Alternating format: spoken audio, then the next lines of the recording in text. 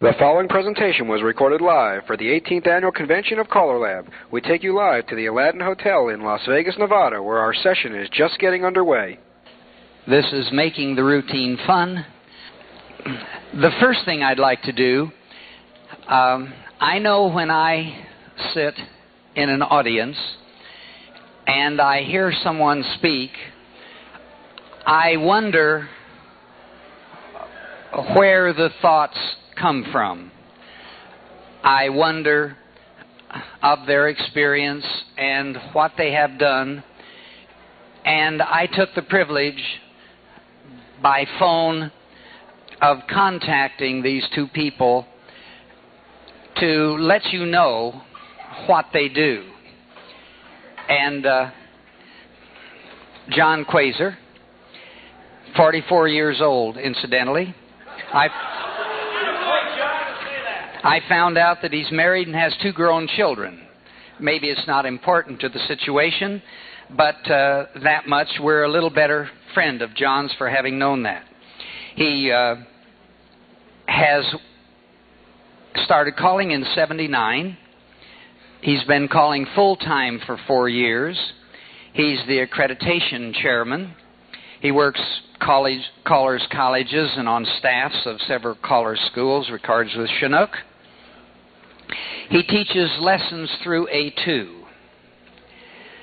He has 1 club that is committee run, 2 caller-operated clubs, and travels through 25 states. I think that gives us we know a little more about John, and I think we can listen a little better to what he has to say.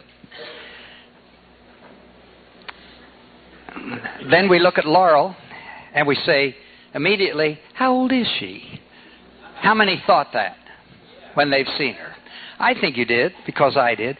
She's been calling half of her life. She's been calling 13 years, so I'm not telling you how old she is. You know, in the ages of teens and 20s and 30s, they just don't want you to know how old they are, so we won't tell. She's chairman of CALLERLAB's Grant and Endowment Committee. She calls for 3 clubs. And remember, we must, when they say they call for 3 clubs, it's good to know whether they call once a month or those are clubs that dance once per week. She is a 6th grade school teacher, vice president of the Georgia Callers Association, and chairman of the youth committee. I'm Max Forsyth, and I've always had a rather large home program, but my program has all been caller operated. And I think that makes you come from a different direction, really. I've only called for 3 clubs in the years that I've been calling, since 1941. I called for 1 in the 40s. They incidentally called themselves the Dirty Odor Club. That wasn't public back then. No one knew about a club. They called themselves the DO Club, just on the side.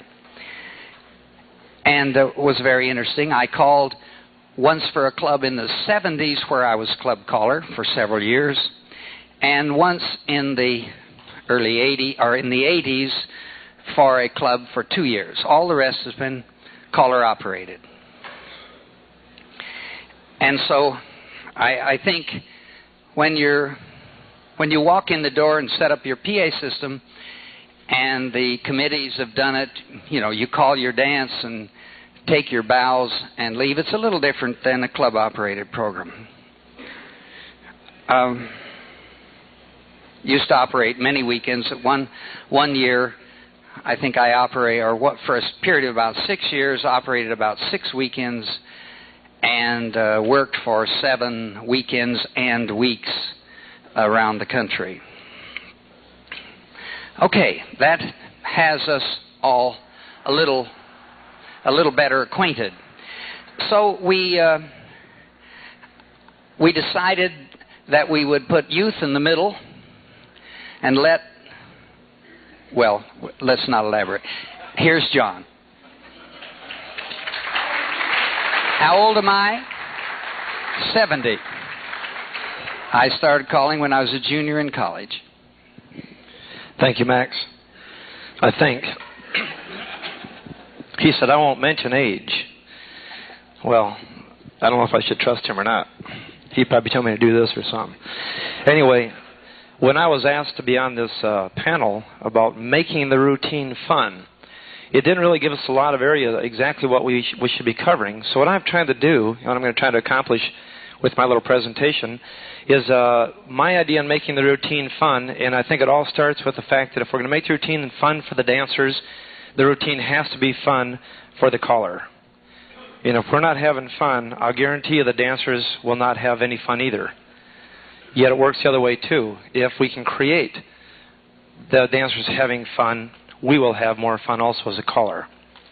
So what I'm going to talk about is how to make routine fun for both the caller and the dancer. Now I have 3 different theories on what I consider will make the routine fun. I think we should have proper music, proper choreography, and to create a mood and an atmosphere or an attitude of the dance. I think we have to have these 3 ingredients for the routine to be fun, for the dancer and the caller.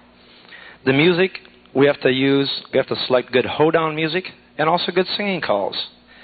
Choreography has to be simple, fun, and not boring. We have to create the mood and the attitude of the dance as a caller. The first area of music. The usage of music will create the tempo of the dance.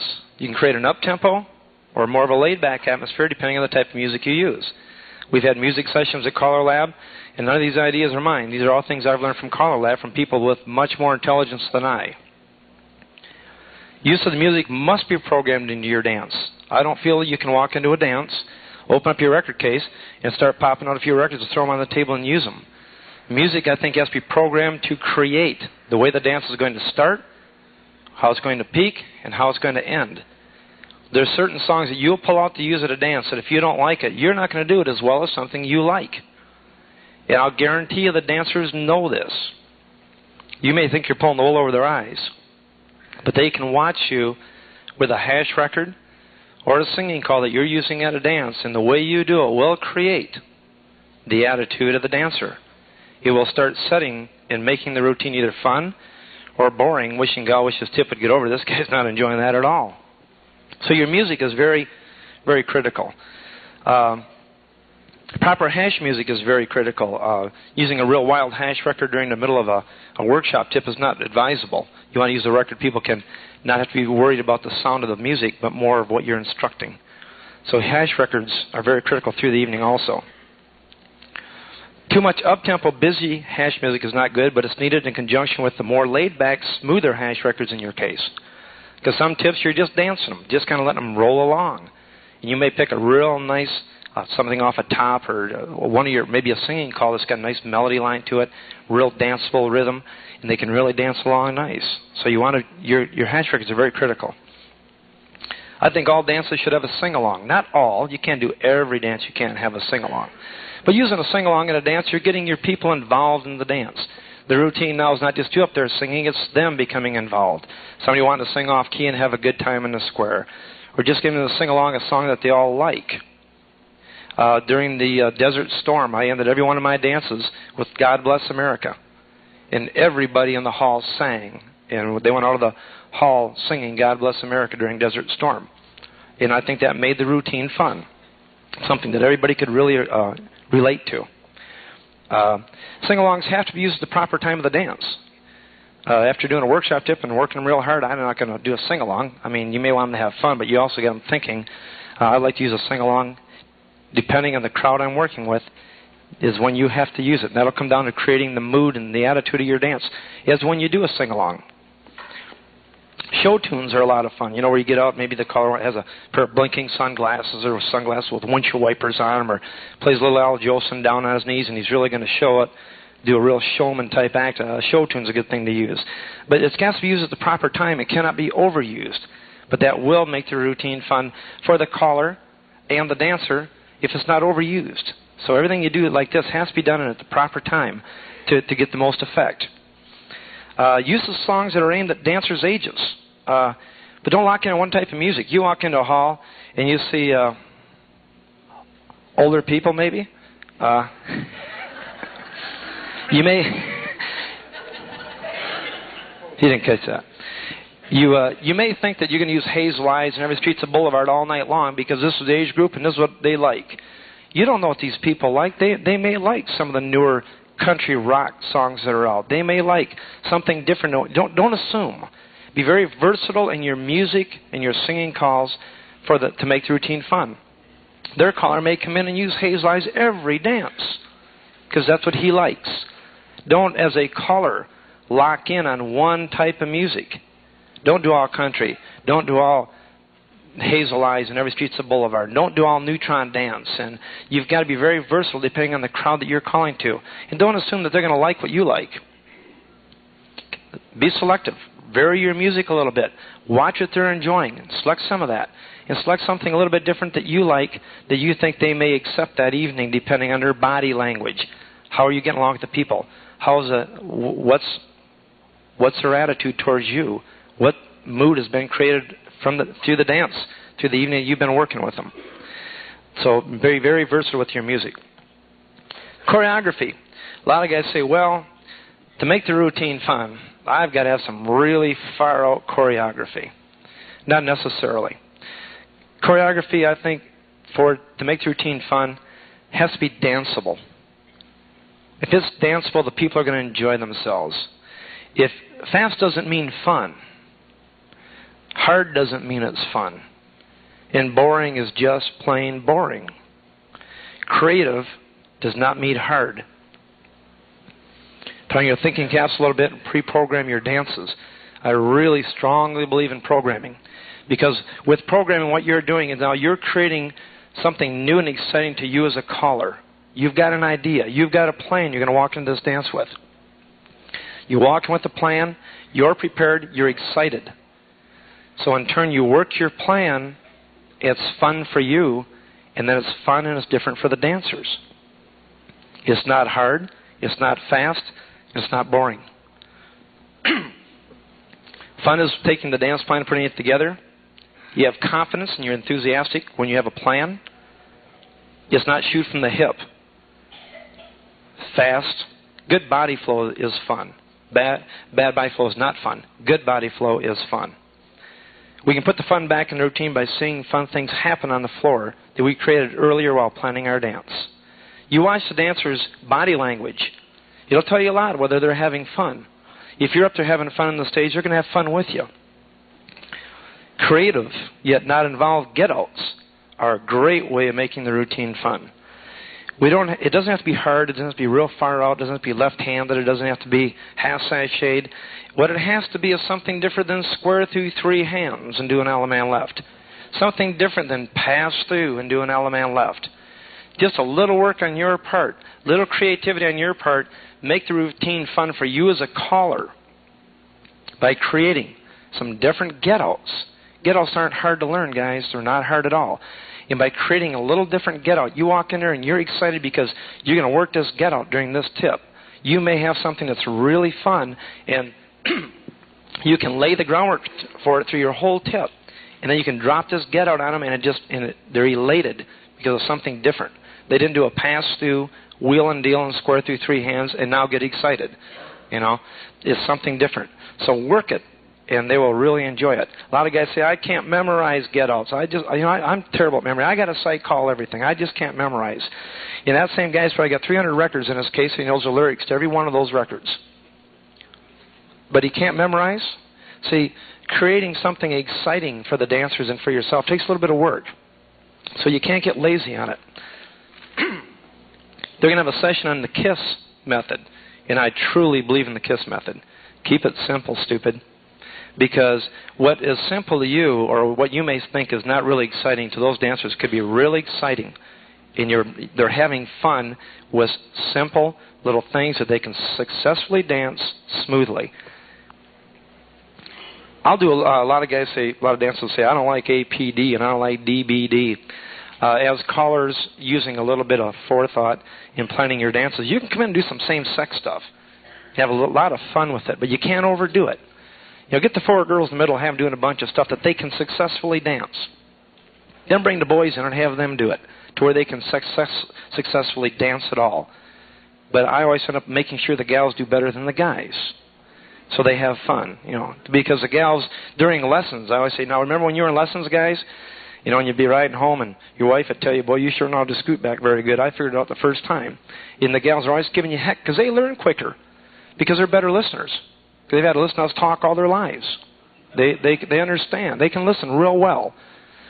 So I'll do a little challenge of the sexes. I'll get the girls in there and I'll just work them right to the point of disaster. Back them out, bring the boys in. Bring the boys in, work them a little bit. Bring the girls in, work them a little bit. Bring the boys in, and I'll break them down. With maybe a flutter wheel. Flat-footed flutter wheel. They can't do it. They say, boys, flutter wheel. They're done. But the girls, I made sure they had a right enough through to lead into the flutter wheel to succeed. Then I drop the boys, and I'll say, girls, the boys embarrassed me again. But you've got to properly set up this type of a success-failure type program so that it will be successful. Okay? You let somebody succeed, somebody fail, but the whole dance was a success because of a failure. You follow what I'm saying? So you got to think about this just a little bit. Progressive squares, tandem squares, scatter promenades, two-couple squares. You know, this stuff's a lot of fun to do. People really enjoy it. You ever go to after your class graduate and they come to your first night after they've graduated? You look over and here's the class of 91 in this room, this part of the hall. Here's the class of 90. Here's the class of 89. There's the class of 88. Now, is this not true? What's a better time than to use a scatter promenade the first time your class of 91 came to your dance? Put them in scatter promenade in the squares of two. Let them have a little fun. They get to know each other. Scatter promenade them to two more couples, or another couple, have another two-couple square. Scatter promenade them, have pick up three more couples. Now you've got squares of four couples, all mixed up. They had a lot of fun doing it. It was unusual, and you didn't call anything hard. It took nothing to worry about it. No big planning. But you got these people having fun. They're getting to know each other. And this is really important during our beginner classes when they graduate. Have a dance plan. Work the plan to keep yourself from getting bored. The callers bored, so are the dancers. What about a home program versus a on-the-road program? I travel quite a bit on the road, and I also have a home program. When you're working with your people at home, you have a lot more homework to do to make the routine fun. Because they're used to you, you're used to them, all of a sudden you start taking each other for advantage. You say, I'll just walk and use this program I used last night over in Minden, Nebraska, and I'll just use this tonight. No, because you may use that last time you were there. You better keep some records if you're calling for your people all the time.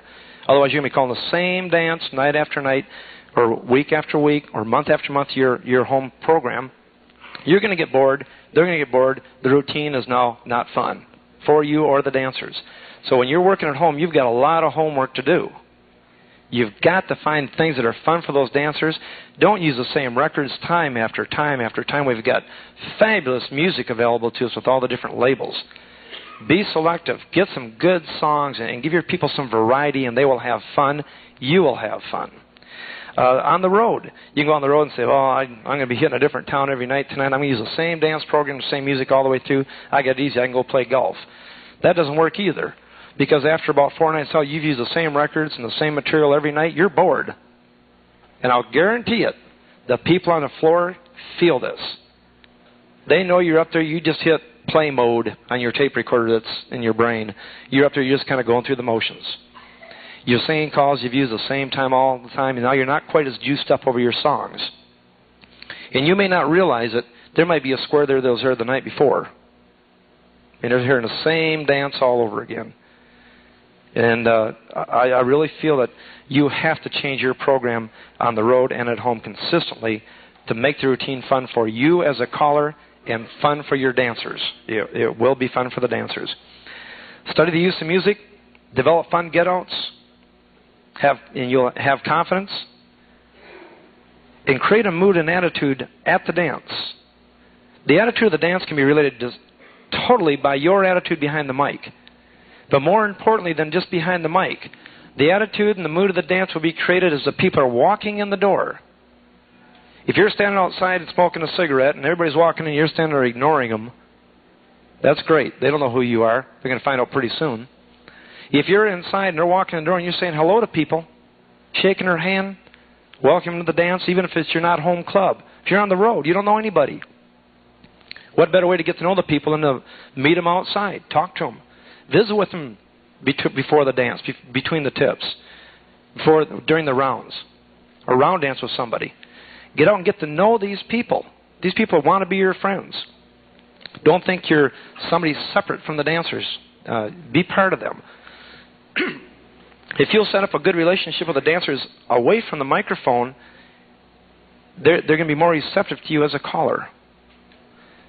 And when you're into your home club, if you do this all the time, you get along with your dancers well. You've worked hard to have different music, different get-outs, different openers, different singing calls, different hash records. They know that hash record that you've been using for the last 50 dances that you've called there. Change it. They're getting tired of hearing that the first tip every dance. They know what you're going to start with. They know the first thing that's going to come out of your mouth. Change it. Let them have fun. Make it fun for you, too.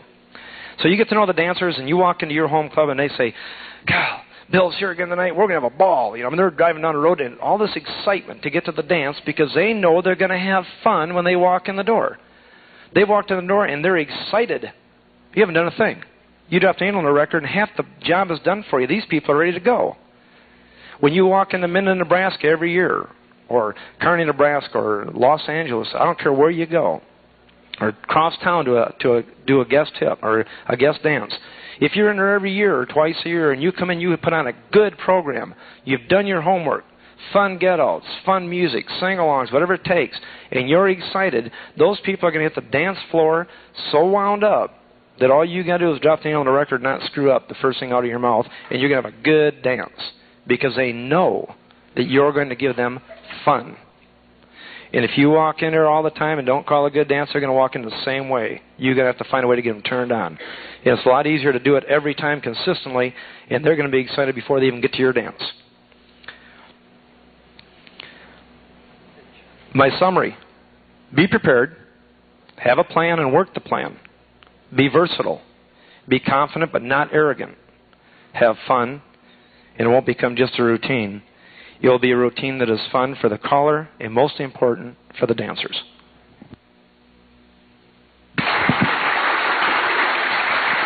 John Kwaiser. John Kwaiser. Thank you, John. And now, Laural, Eddy. Thanks, Max. Now, some of you look a little tired, so I want everybody to stand up and stretch just a little bit. I want you to help me out with an experiment. Everybody stand up. You have to. Yeah, it'll be good for you.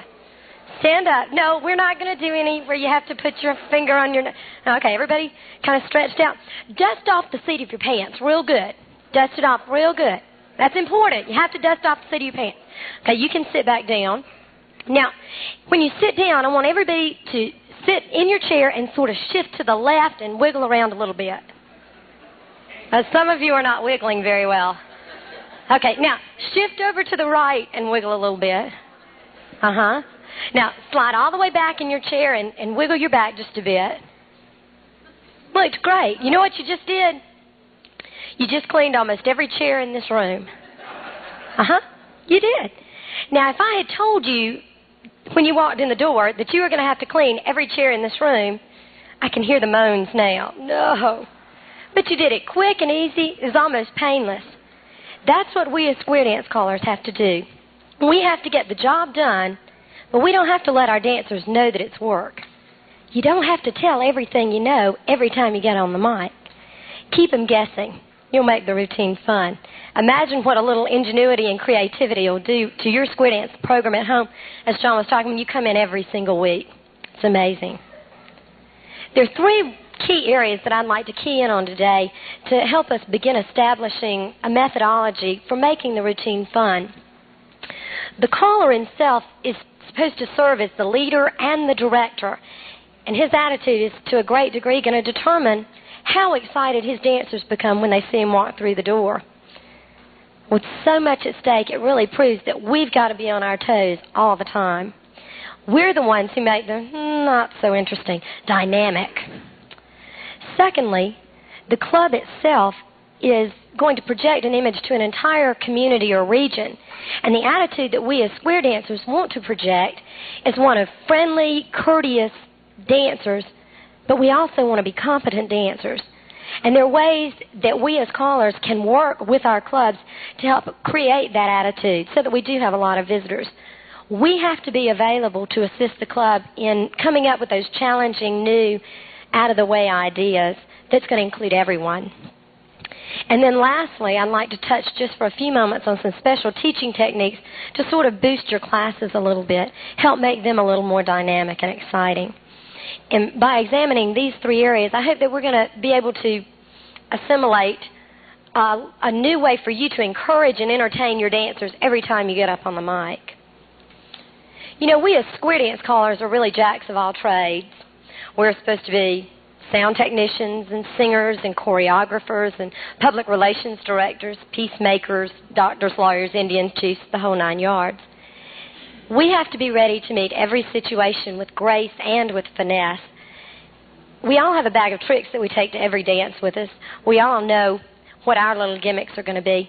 I like to think of them as a treasure chest, and that chest is just brimming over with all the possibilities that a little creativity can ensue. Be daring. Now, I want to just throw in a word of caution here. You can't go into a dance and make somebody believe that you're somebody you're not. Whatever you do, you have to be yourself. Don't try to pull off something that you know you can't get away with. As a case in point, I know that some of you guys can go out into a dance and get away with a whole lot of stuff that I, being female, could never get away with. My dancers wouldn't tolerate it. Yet, I can get away with some things that you, too, can't get away with either. So we all have to pull on our own strengths and weaknesses in order to give our folks the best dance every time they walk through the door. And I think John hit on this point a few minutes ago. When you go into a dance hall, you may have called 18 nights in a row. You may be exhausted, you've been traveling all day, or you've worked all day. You really aren't all that happy about being here. You're going to do the dance because you're on the schedule, you're programmed. But that may be the only dance that your folks come to in a month or during that week. We have to give them our best every time we get up on the floor. It has to be your best and not somebody else's. If you try to imitate others, you're going to end up shortchanging your dancers and doing away with your own individuality. Now, I know each of us has some favorite gimmick lines that we use. Head square through how many? And the dancers always respond. The dancers always respond. Good, okay. Flutter, flutter, peanut butter, or head square through sides, cheer 'em on, or bow to your honey and your partner too.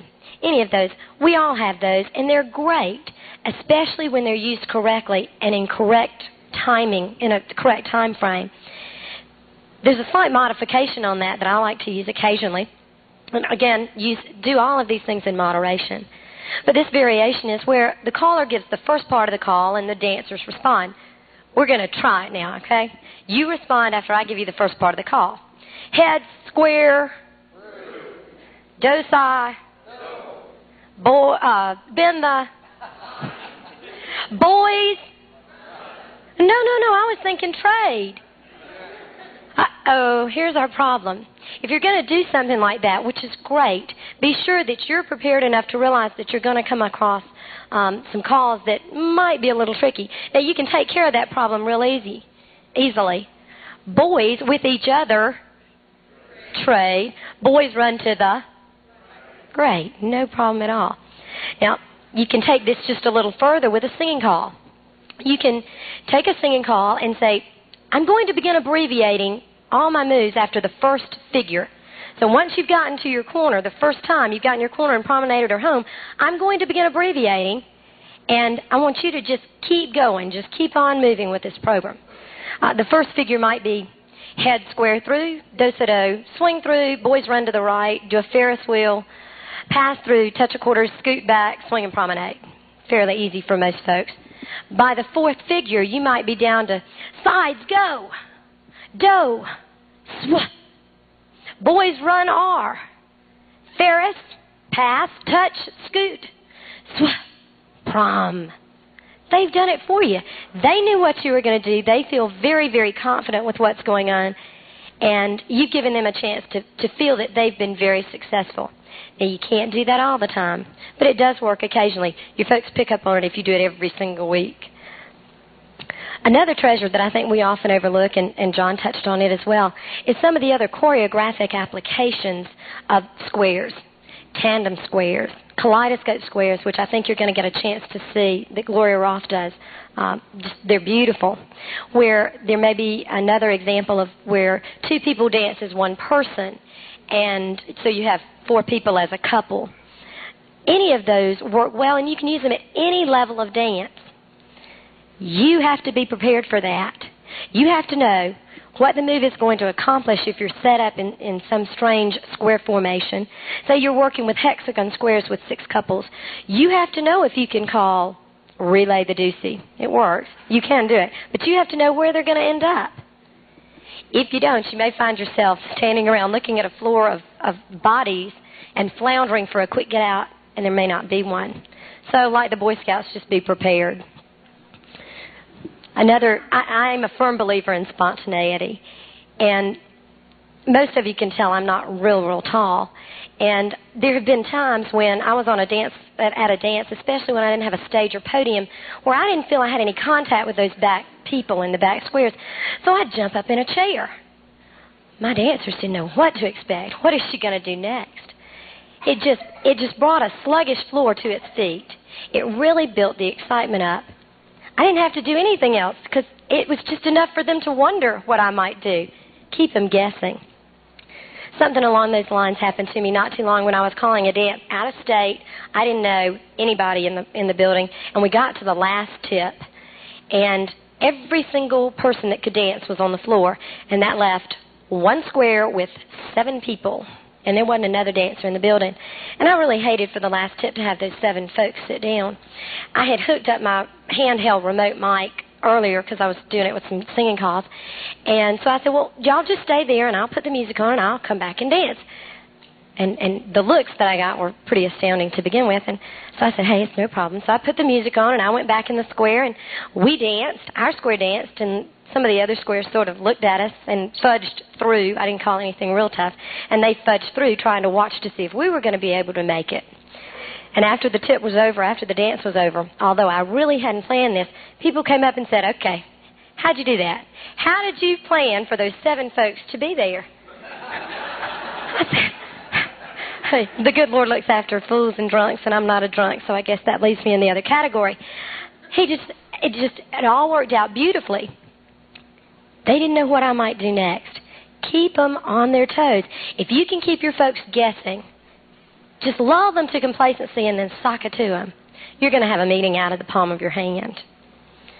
We have to be professional entertainers, and we have to have a flair for showmanship, and we have to have a little flexibility to look out on a floor and see what the dance level is going to be. But you have to be yourself. You have to be prepared. And you have to be willing to try things on the spur of the moment if you think there's a pretty good possibility that you'll be able to pull them off. Now, the second point I'd like to make is that we need to utilize square dance clubs effectively to turn the humdrum into humming, something really exciting. How many of you have a club which you go and call for every week? I just want to know how many we're actually talking about. Okay, great. Or every 2 weeks, you go into the same place. Great.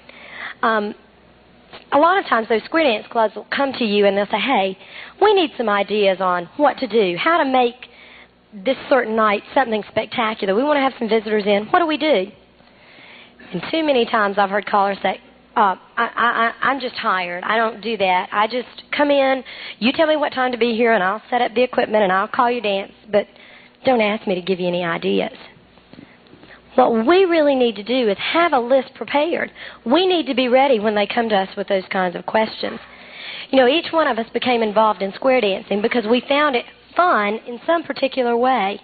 Maybe it was something you could do with your husband or your wife, or it was fellowship that you missed at work because you were pretty much a loner in whatever job you did, or maybe it was just the exercise of your mind and body.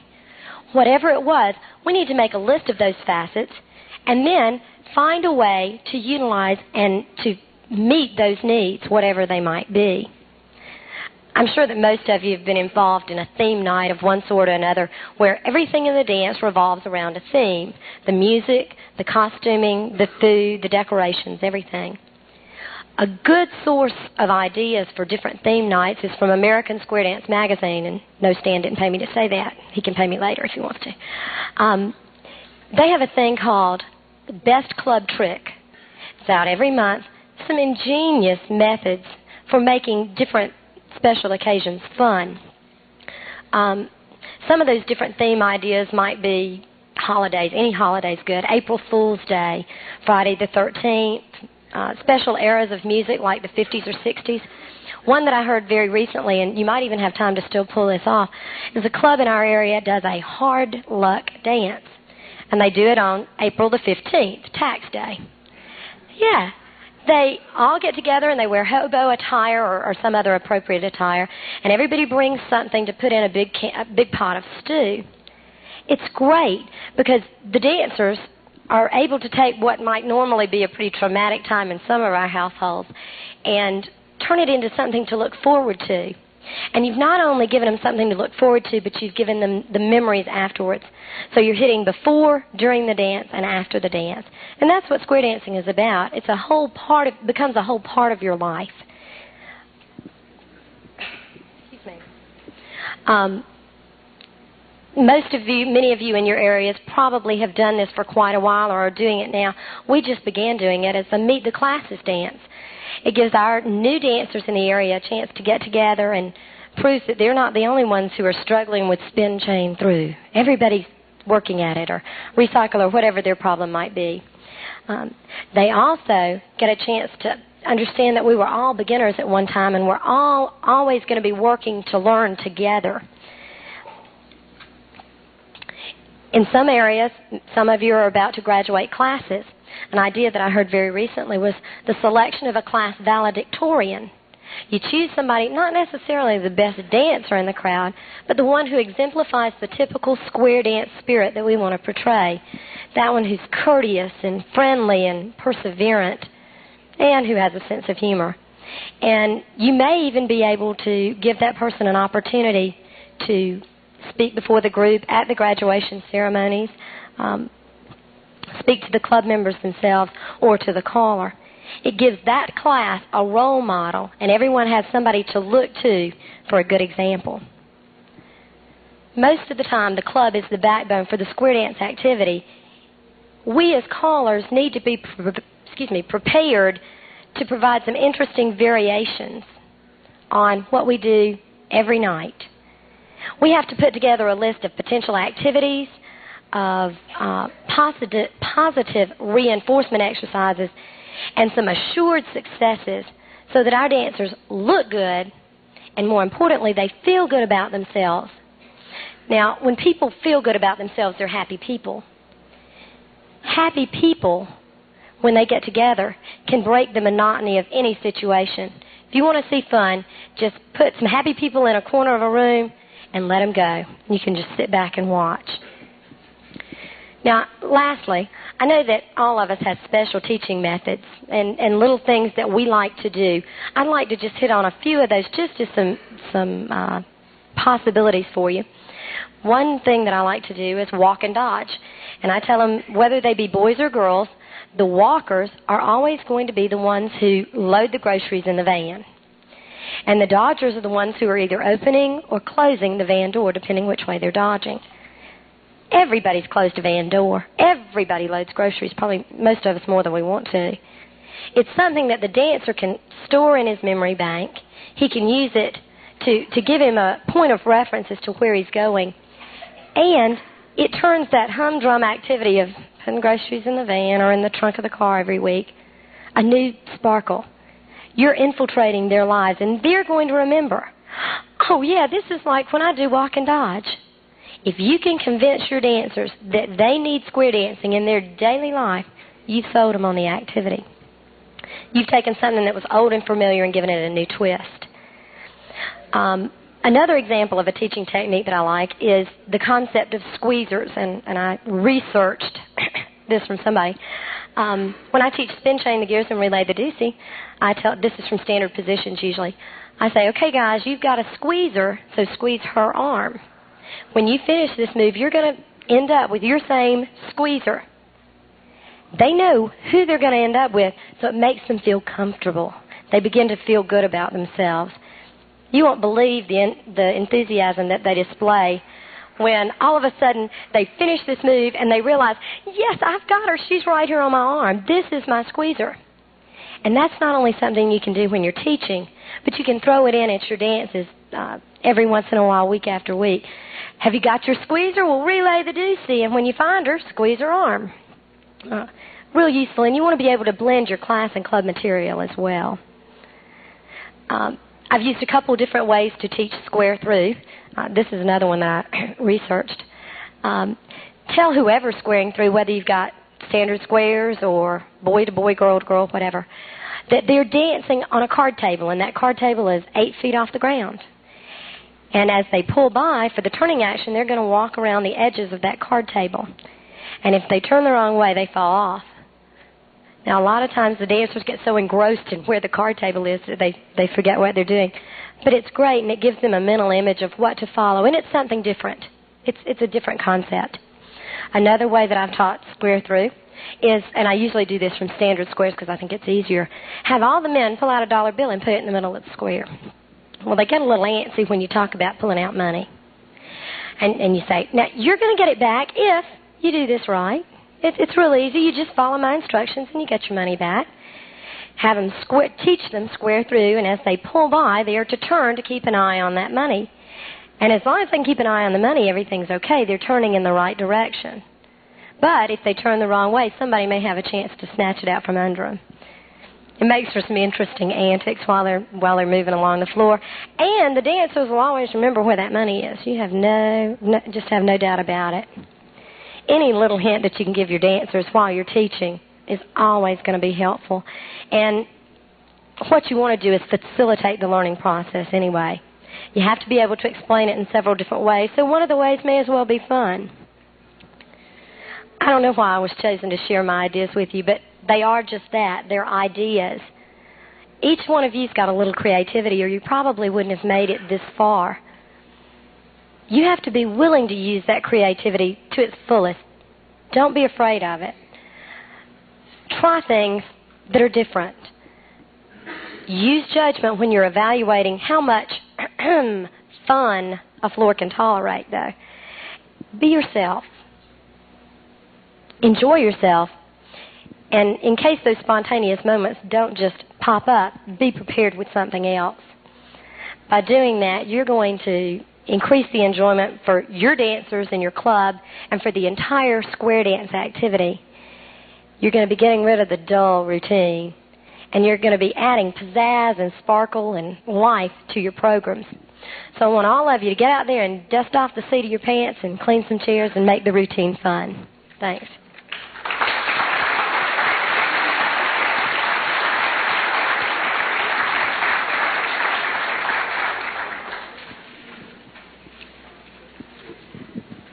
That was Laural Eddy. I was timing them. I didn't tell them I was going to time them, and hoping that they would stay in what I thought was a logical time. So if you don't mind, I'll time myself also. Incidentally, I use the timer religiously. I think many callers do not realize it, but often if you're teaching a class, you make the break too long, some people feel like they've been cheated. And so I wear the timer on my pocket, and I set my break for normally 4 minutes when I'm teaching a class. When I say square them up and tell them we use computer cards, I set my timer then, because if I wait till I'm ready to start teaching, I may forget it. I normally say square them up and set it for about 13 minutes. That's squaring up time. I've found it works very well, and I didn't even start it.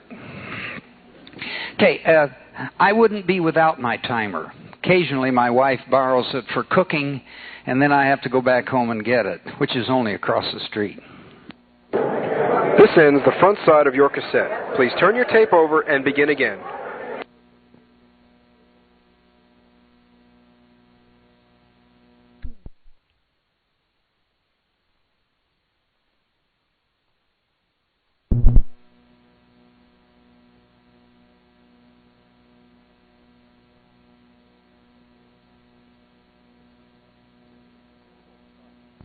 official start. Why don't you all turn to your corner and say, I hope he's as good as the other two were. Tell them that, will you? Tell them.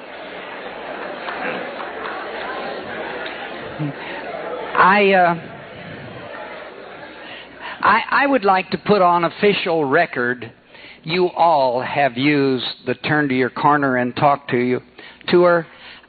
This is my chance to put it on record. The person that I think originated that. Had a real good friend in Indiana named Carl Giels. You may know Carl from Fort Wayne, Indiana. And every year I used to have Carl come in for one or the other of our clubs. And one year, Carl came in, and once during the evening, he said, turn to your corner, and I have no idea what he told her. And I said, man, that's good. And that was when I was traveling full-time, and I took that turn to your corner, and I took it into every little corner that I traveled in during the year. Now, it took 3 years for that to get all across the country, but it spread around. And I want to give Carl Giels credit for that original idea.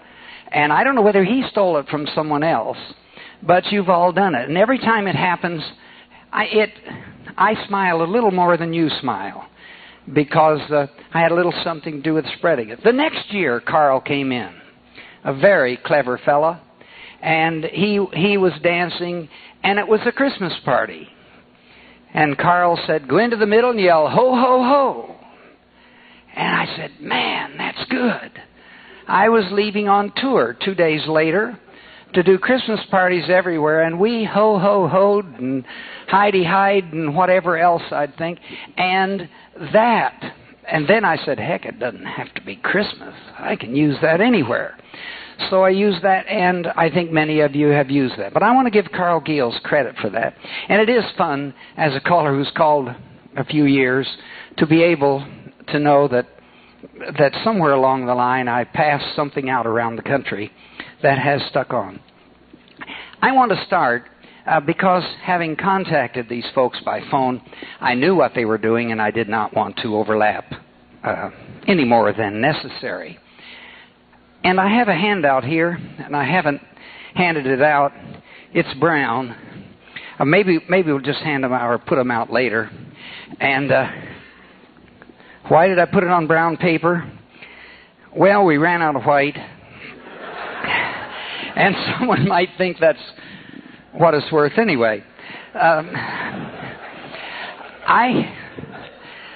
didn't think of that at the time, or I knew I wasn't going to put it on pink. I think many times a year of the first thing I have put on here. It may not seem very important to you, but I think as a caller and as a human being, not just as a caller, I am a little more intelligent for what I think was the most important thing that I ever had told to me as a caller to keep me on what I think is a more even keel. A good friend of mine in Indianapolis, a very brilliant man, maybe I should read what he said. Go ahead. He was very wise. He said to me, I'm paraphrasing, but about like this: all callers seem to have their own definition of fun. They seem not to recognize that dancers also have their own definition of fun, which may be some different or even in direct opposition to the callers.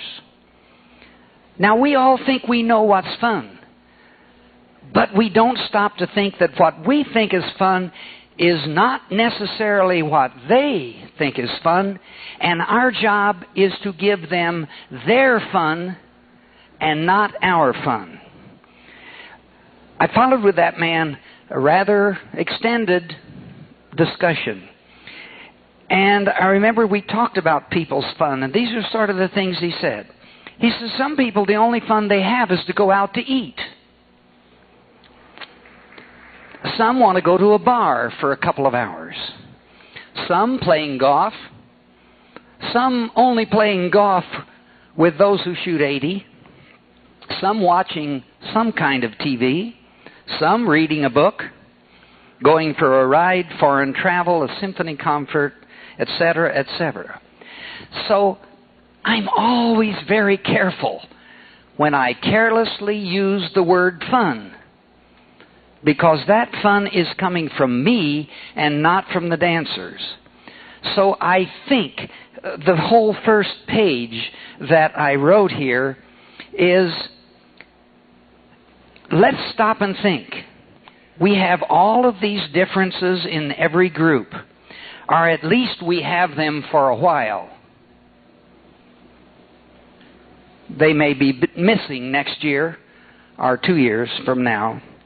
We must make decisions as to what is best for each group, for which we call. How can we retain the most people? The word boring is used frequently in any discussion of making a square dance fun. Or as here, making the routine fun. Whose definition of boring do we use? We have to be careful. Fun, boring. Remember, we have a definition, but you have to read, and our feature speaker just took some things right out. We have to read their body language. And when they call, are you conscious of their motions? When you do something, do you see some guy go, and then you know, hey, I've overdone something, and at least for him, and I better watch the body language. So let's be sure that we know what boring is to this group. And to paraphrase a little more, remember, if you are a square dance club, for which I call regularly, I must decide what this club, what I think it should accomplish. I have to make that decision. Now, I do not discuss that with anyone. I do not tell them what I'm going to do. Callers talk too much. I don't say that I'm going to add a little more DBD to this group, because then you have some who want it and some who don't. You have fars and againers, and therefore you're not going to win them all. I don't put it to a vote that we will not do this or we will do this. When you put it to a vote, you have winners and losers. We want all participants. So don't put it to a vote. Don't talk it, this is my opinion, please. Don't talk it over with the committee. Don't talk it over with the officers. Just decide what you think is best. If you're forced to explain, then maybe you might explain. But again, if I have a club that regularly brings in a class every year, I know what that club can do. They can only go so far. When we bring in the new people, they're necessary, they are lifeblood. So I can't decide that this is going to be a dance by definition group, because, you know, we always have to keep falling back. I have to decide whether I am willing to sacrifice the dancers who have been out with the 9-month disease. And they're out for a while, and then they think they're so far behind they don't come back. So I have to be careful that if people are gone a long time, my programming should allow for people who have missed a while to come back and get in the game. Now, I think we need to analyze, and I think a lot of callers don't analyze.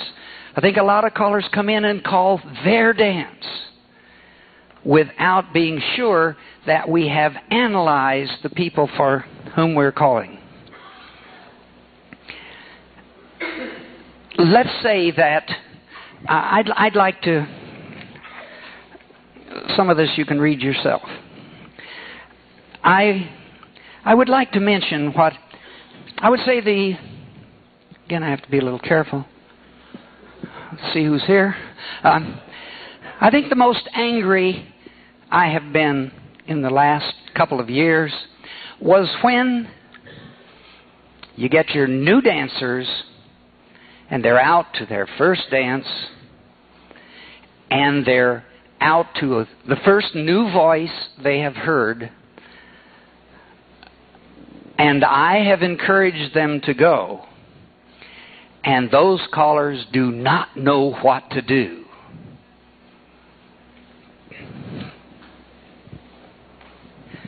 Kay said I wasn't supposed to talk about this.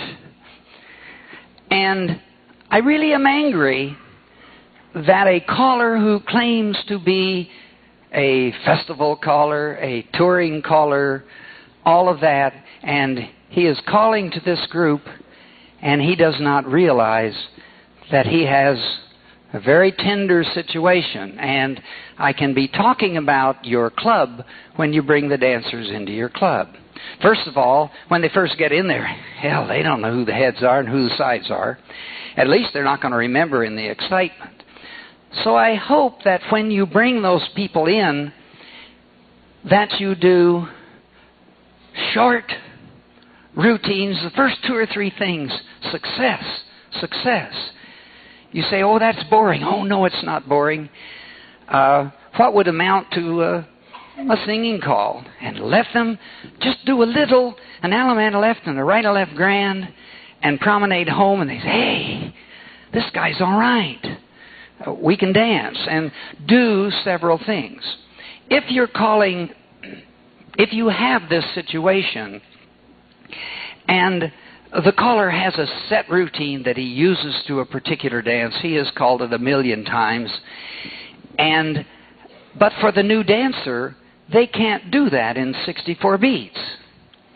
When you say heads, square through 4, when I'm dealing with beginners at a first dance like that, I don't say heads, square through 4. I must wake the heads up first. So I say heads, go up to the middle and back. Now that's 8 beats. Now, some of you say up and back and a right and a left through, but you haven't learned to call yet.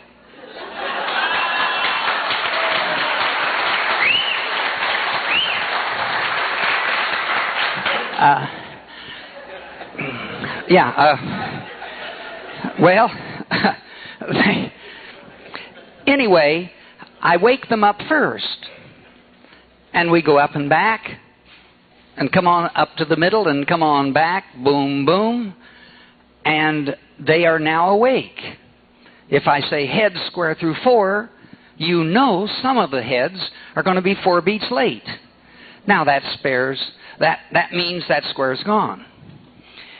And then, now what do? If I do that singing call, and then usually after that it's do-si-do to an ocean wave. Well, every time, if I just pick up a record and I read the call and say, that's interesting, lay it down and call the singing call, if there's a do-si-do, the first time through I leave it out. Because I probably need the 8 beats at the end, because it's probably so clipped that it's the track performers that he's citing on that are getting through it in that time. So if I want to go heads, go up to the middle and back, when I get to the sides, I don't do-si-do to a wave, I say step to a wave. Have to be careful that they don't veer to the left. And if it's swing through, boys run, Ferris wheel, well, we can get through it. Then when I get to that point, I can look out there and say, do I need any more beats? And we can pass through, swing your corner and promenade. They're having fun. Now, this is creating fun by them being successful. And this applies to every club group. I have used as the example bringing new people in, but this applies to all of them. So being aware and reading their body language. Let me mention another thing. Let's say that for this group, and what I did Saturday, I sat down and I said, let me take Wednesday's dance.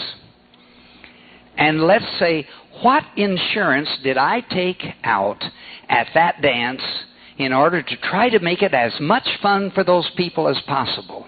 Sure, I had them turn to their corner and say, honey, we're going to have the most fun possible.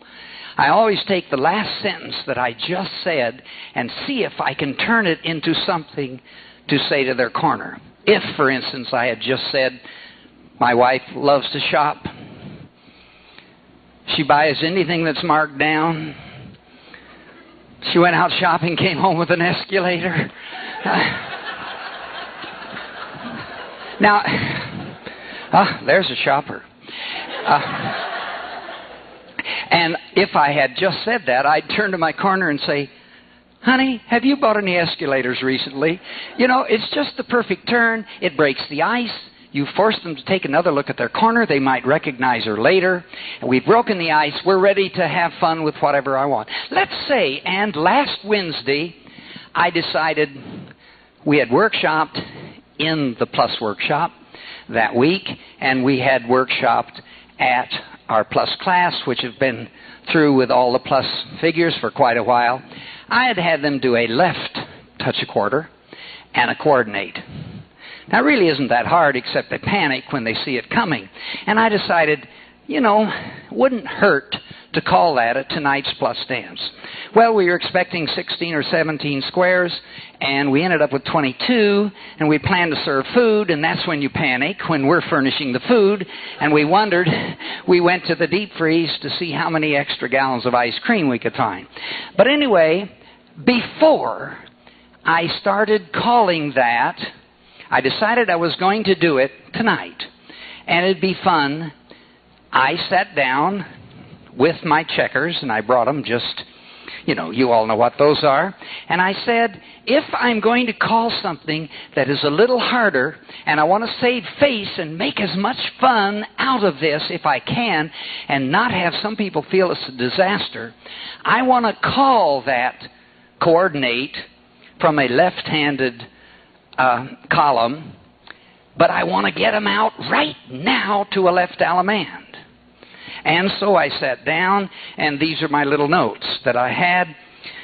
Heads lead right, circle to a line, left touch a quarter, 8 circulate, or you whip, maybe I line, left touch a quarter, circulate, single file circulate, which gets the men at the rear of the column, and then coordinate.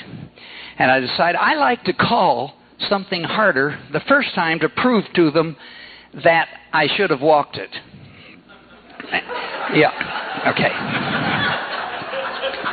And then I can walk it and no one complains because some... I did not walk it. I did not intend to walk it because you can always explain to it, I realize you know how to do this, but your corner made a mistake. And, you know, that covers it all over. But if I do the coordinate then and bend the line... No, wait a minute. Coordinate, girls fold, grand right and left. Now, if you do the coordinate, then have the girls fold and say grand right and left. They shuffle around, they find mother, they do it. The brightest people haven't even figured out who it was who screwed it up.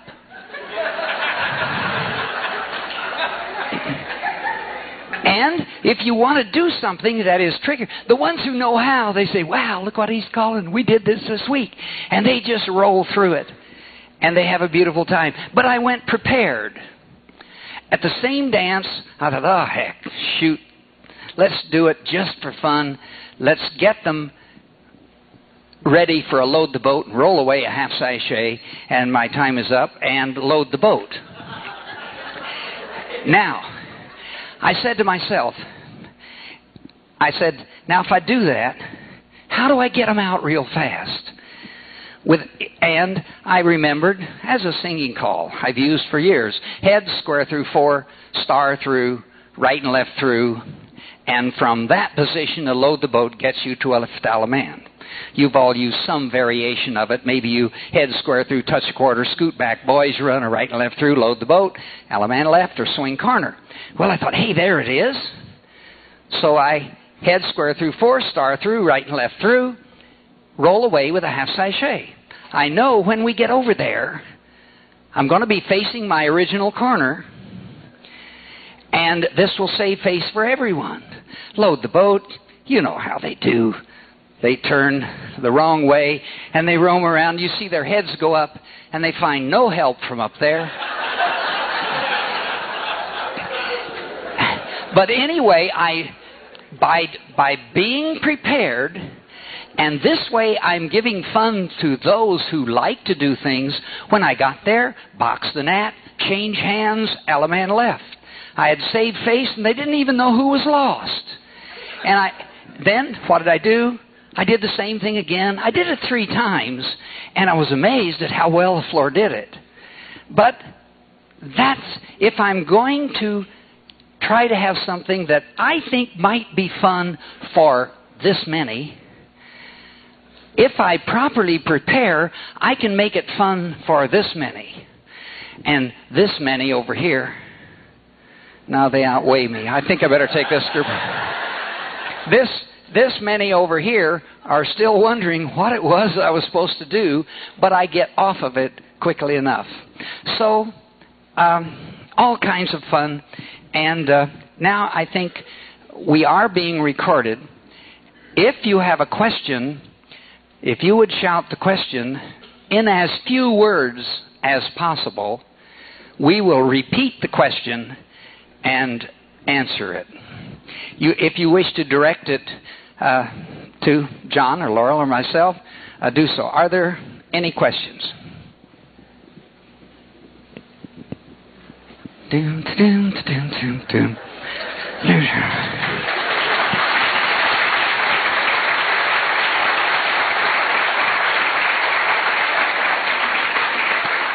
Okay, I would like to add my thanks to you. If you were up here, I'm really looking at faces. And I'm looking faces that are looking back at me, and they're not particularly starry-eyed. You know, I didn't see any heads go up and that kind of thing. And your attention has been great.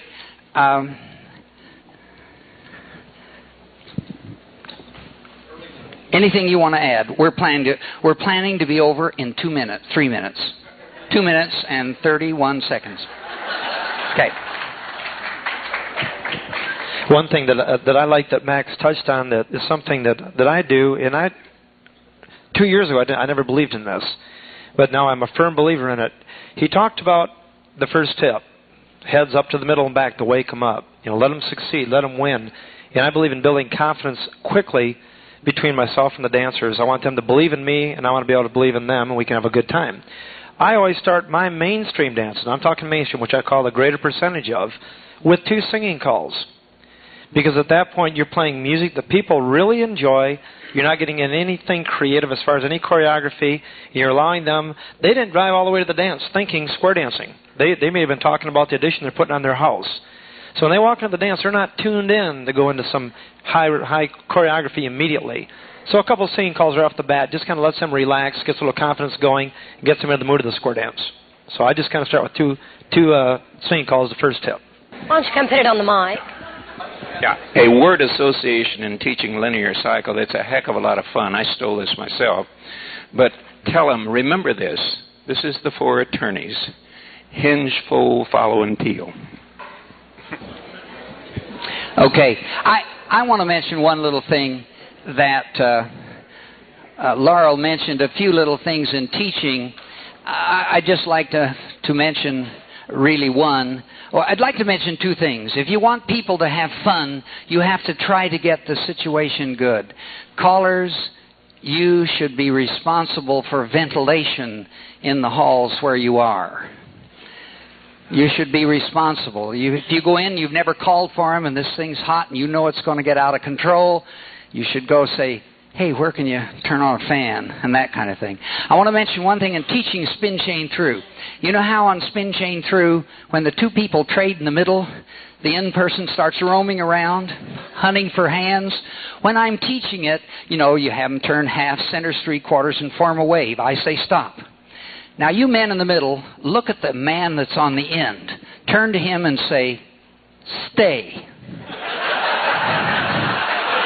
And they laugh just like that. I say, do it. He says, stay. Okay. Centers trade, Now turn that man 3/4 around, and then we'll go through it with the girls. I said, girls, what do you say? Stay. It works.